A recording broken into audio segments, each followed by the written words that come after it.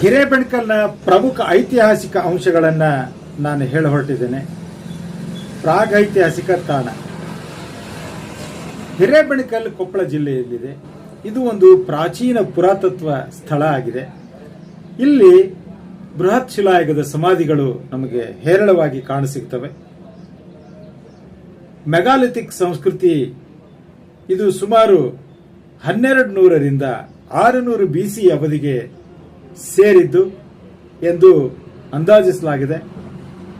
ಕಲ್ಲಿನ ಚಪ್ಪಡಿಗಳಿಂದ ನಿರ್ಮಿಸಲಾಗಿರತಕ್ಕಂಥ ಈ ಸಮಾಧಿಗಳಲ್ಲಿ ಮಾನವನ ಅಸ್ಥಿಪಂಜರಗಳು, ಮಣ್ಣಿನ ಪಾತ್ರೆಗಳು, ಕಬ್ಬಿಣದ ವಸ್ತುಗಳು ಮತ್ತು ಕಲ್ಲಿನ ಮಣಿಗಳು ಕೂಡ ಕಂಡುಬರ್ತವೆ.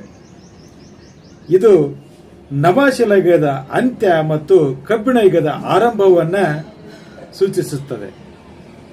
ಗುಹೆಗಳಲ್ಲಿ ಕೆಂಪು ಮತ್ತು ಕಪ್ಪು ಬಣ್ಣದ ಶಿಲಾ ಚಿತ್ರಕಲೆಗಳು ಕಂಡುಬರ್ತವೆ.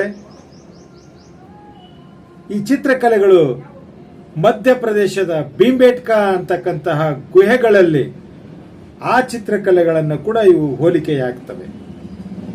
ಹಿರೇಬೆಣಕಲ್ನ ಶಿಲಾ ಚಿತ್ರಕಲೆ ಮತ್ತು ಮೆಗಾಲಿಥಿಕ್ ಸಂಸ್ಕೃತಿಯಿಂದಾಗಿ ಇದನ್ನು ದಕ್ಷಿಣ ಭಾರತದ ಭೀಂಬೇಟ್ಕಾ ಅಂತ ಕೂಡ ಇದನ್ನು ಕರೀತಾರೆ.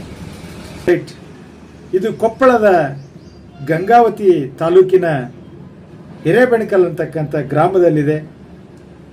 ಇದು ಗಂಗಾವತಿ ನಗರದಿಂದ ಸುಮಾರು 10 ಕಿಲೋಮೀಟರ್ ದೂರದಲ್ಲಿ ಪಶ್ಚಿಮಕ್ಕೆ ಇದೆ.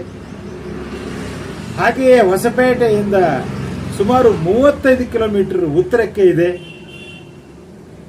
ಕೊಪ್ಪಳ ನಗರದಿಂದ ಪೂರ್ವಕ್ಕೆ 43 ಕಿಲೋಮೀಟರ್ ದೂರದಲ್ಲಿದೆ.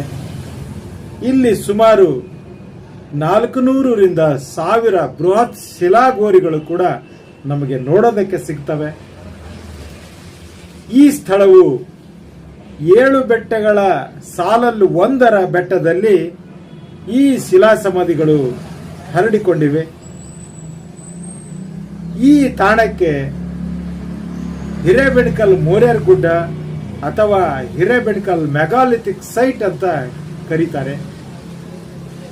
ಮೇ 19, 2021ರಂದು ಹಿರೇಬೆಣಕಲ್ ಅನ್ನು ಯುನೆಸ್ಕೋ ವಿಶ್ವ ಪರಂಪರೆಯ ತಾಣವನ್ನಾಗಿ ಮಾಡಬೇಕು ಅಂತ ಪ್ರಸ್ತಾವನೆಯನ್ನು ಕಳಿಸಲಾಯಿತು. ಹಾಗಾಗಿ ಈ ನೆಲೆ ದಕ್ಷಿಣ ಭಾರತದಲ್ಲೇ ಒಂದು ಮಹತ್ವವಾಗಿರ್ತಕ್ಕಂಥ ನೆಲೆ ಆಗಿದೆ.